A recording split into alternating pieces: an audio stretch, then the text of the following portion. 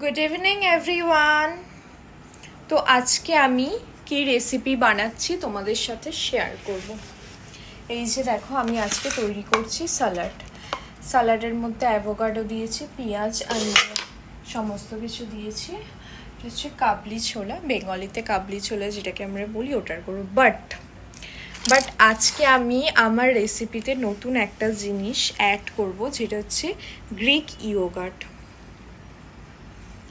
এটা গ্রিক থেকে আনিয়েছি, না জিপটোতে অর্ডার করেছি। এটা নর্মাল দই, যেটা রেগুলার আমি খাই বা সবাই এটা ব্যবহার করে রেগুলার ডেতে।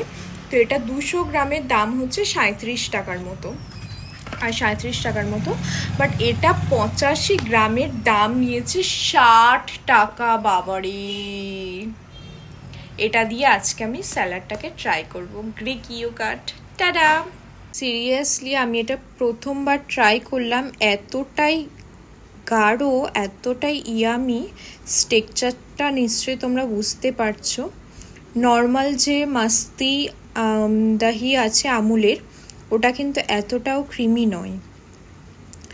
যারা সাধারণত করে আর কি, দইটাকে বাড়িতে বসায় ঘন করে বার করে, তো পুরো সেটার মতো একেবারে ক্রিমি। এই দইটা কিন্তু এতটাও ক্রিমি নয়, দেখতেই পাচ্ছ তোমরা।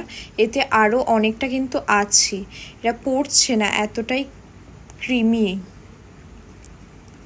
টেস্টটাও দারুণ টেস্ট। 60 টাকা দাম নিক, বাট কাজ আছে গ্রিক ইয়োগার্ট।